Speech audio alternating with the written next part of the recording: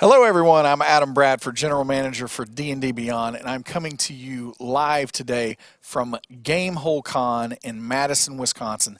This is one of my favorite conventions of the entire year. Alex Kammer and the team does just an incredible job of running this thing, and I love the fact that since I haven't seen snow for about 3 years where I live, I was able to come here and it just magically happened immediately upon my arrival. So it is really coming down out there and I am really loving it. I kind of incognito went out and played in it a little bit earlier, and I'm not ashamed to tell anyone that I did that. So we're going to have a development update and community Q&A session today. We're going to get into, as always, our latest updates.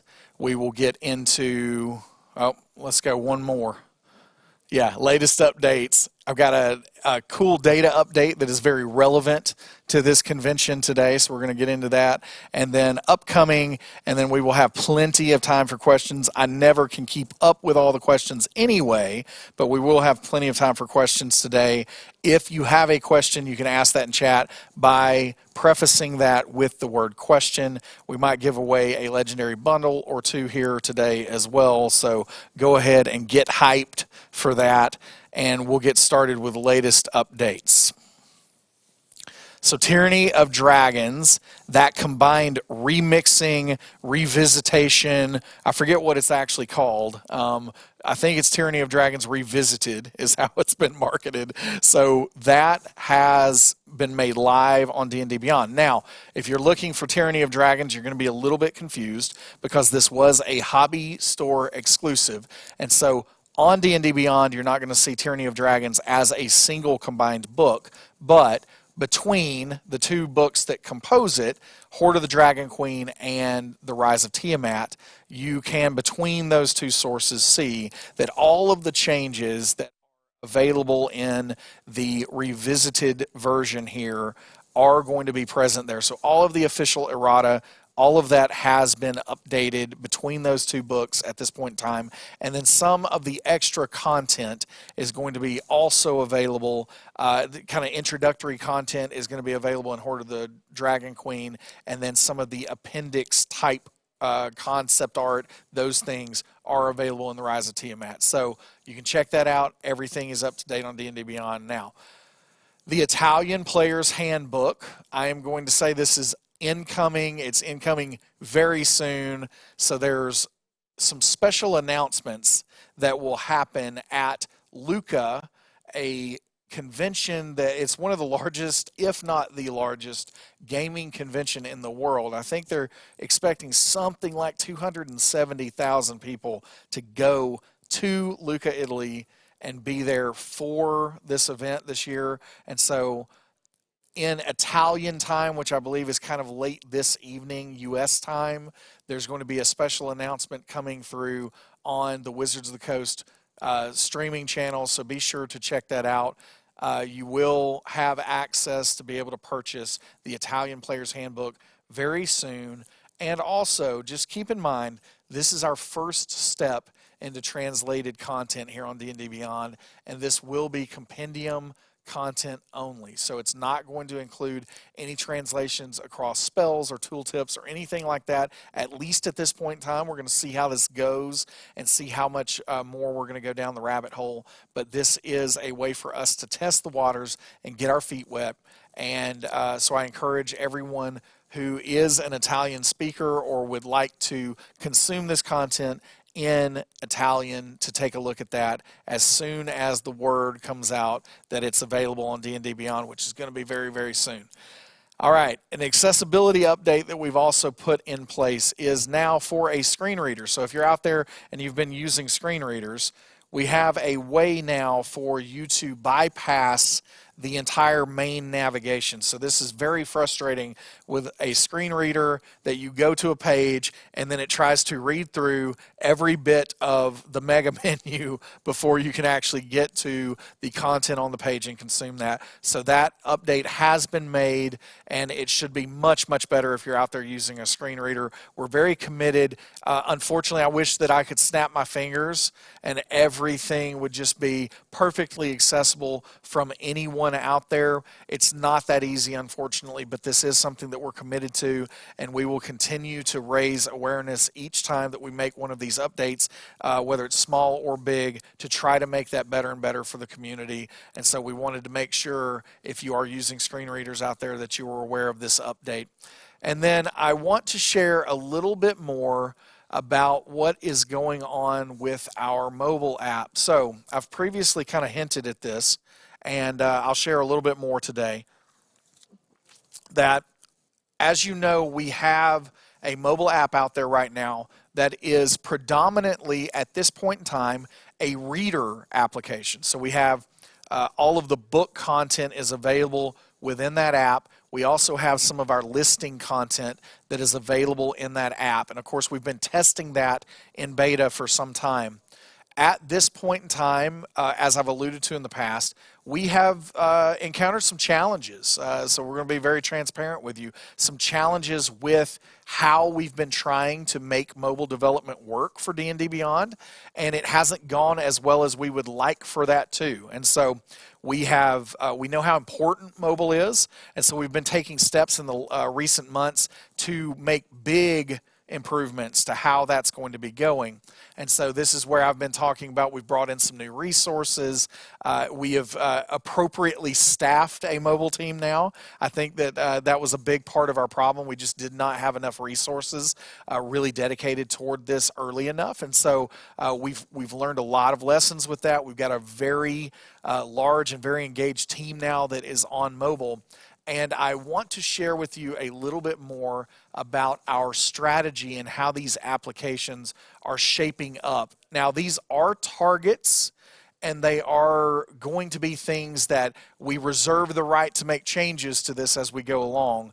But what our current plans are is that the application that exists in the market today that you can get and download today is going to be rebranded as an e-reader focused app. So you'll still have all of the reference information. Everything that is currently in that app is intended to stay in that app. And as we start to take the work that we have been doing, so it's not just completely throwaway or anything, but we're going to be taking the work that we have been putting in place for the character sheet to come to a mobile app into a new application that is focused very specifically on the player experience. All right, so this is going to be similar to and there are a lot of reasons that we're having to do this, and I won't be able to go into all of them today. But one of the biggest reasons is even size of an application. So being able to have an application that you can make all of these books available in, and also add something that is a very heavy lift like a character sheet, and then down the road adding anything else that we might add. We're going to start even hitting limitations with how much we can put into the Apple and Google stores. So we know that those things have been on the horizon, and the direction that we're going to be taking is similar to what Google has taken with Drive, for instance, where you have a Drive application where you can access some of these things that launch some other apps out there. Now, we're not going to have this anywhere close to as many applications as Google does for Slides and Write and some of their other applications, or with YouTube Music and television and all the different things. But it is the reason, one of the primary reasons that those companies go in that pathing is because of some of the challenges that we've run into here ourselves. And this is the reason that we will have this reference application that will be available, and it will continue to be available, and we will, over time provide improvements to that experience. But the character sheet coming to an alpha and a beta and everything else, this full team that has been working on this for a while, and it's definitely in progress, will be taking what's going on with the character character sheet and starting an application that is very focused on the player experience. And that means that some of the other exciting things that are coming in 2020 for D&D Beyond are going to have a really, really good home within a mobile app that's really focused on players. So in the future, we do anticipate potentially having another application that might be focused on the DM experience. And again, right now our targets are to have kind of a reference-focused application like we currently have out there that you can download today, a player experience that would be inside that application, and then something that's possibly focused more on Dungeon Masters in the future. So again, current targets, lots of reasons behind why we're doing that. We do think that it will provide a better experience for our players and users out there, and that's where we're currently targeting, and we will provide much more information as we get further into this and we have more details. So just wanted to share that very openly, transparently. I think the best thing that I can share is that we have learned so much, and some of the recent changes that we've made with pulling in these new resources. The truth is, I actually think that we will end up seeing a character sheet in a mobile app quicker than we were going to the path that we were going down. And so we hope to have more to share on that before too much longer. Of course, we have some dates in mind already in our head, but it's not quite time to share that, and we'll do that when the timing is right. So we know that this is the top thing that's requested in our feature request portal out there and everything else. We are working diligently on making this happen. All right, let's see what's next. Some data. So we've got Gamehole Con attendance is what I wanted to share here today. I thought it was very relevant here with the convention where we are. I am a big fan of Alex Kammer and the entire Gamehole crew that puts on this convention. They are wonderful people, and I think that this is one of the best conventions that I go to throughout the year. And so I wanted to give a little bit of exposure today as to how much this convention is growing year after year. And for 2019, he didn't have a final number yet, but he expects that to follow a very, very similar trend to what you're seeing here in this chart. So Gamehole Con is getting bigger and bigger each and every year. And so if you are in the Madison, Wisconsin area, or if you could be towards the end of October or November next year, I highly recommend this convention, and I hope that you can try to make it and come see everyone who's here. You can say hello to me. I will be here unless something happens between now and then, but I should be here next year because this is a phenomenal convention. Let's move on to upcoming. So the encounter tracker is definitely something that's in progress that we're working on. Remember the 5th of November. So that is where sales tax is going to begin being collected for D&D Beyond. So if you're trying to avoid paying those sales taxes, I encourage you to try to do so before November 5th. We've gotten some questions about when each region is going to be rolled out, and the truth is we just can't provide that for you at this point in time because our finance team and trying to coordinate with exactly when that setup is going to be happening is going to be a process, and it's not something that we're going to be able to communicate very effectively or easily. The thing that you need to know, though, is that is when it's going to be turned on, and you'll probably even see that in the cart section. So as you're getting ready to purchase things on D&D Beyond, you'll see that the cart is going to open up sales tax there. For many of you on November 5th, it is still going to say $0 right there in the sales tax slot. But as we cover all the different regions in the world and cover all the different laws. There are so many different laws about whether digital products are taxed in different regions.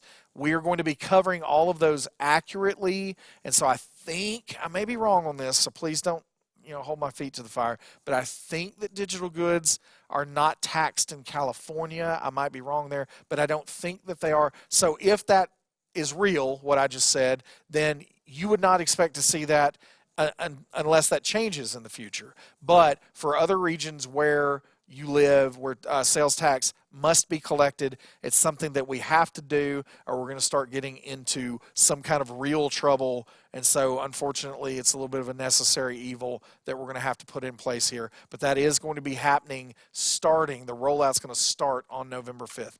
And then the next convention that we're going to be going to, we get these questions all the time, we will be at PAX Unplugged in some capacity, and really that is just a question of whether we're going to be going really, really huge, so those details are kind of in negotiation right now, or if we're just going to have a smaller presence. But either way, we will be at PAX Unplugged. I will certainly be there. I love that show as well. Looking forward to that the first week or so of December.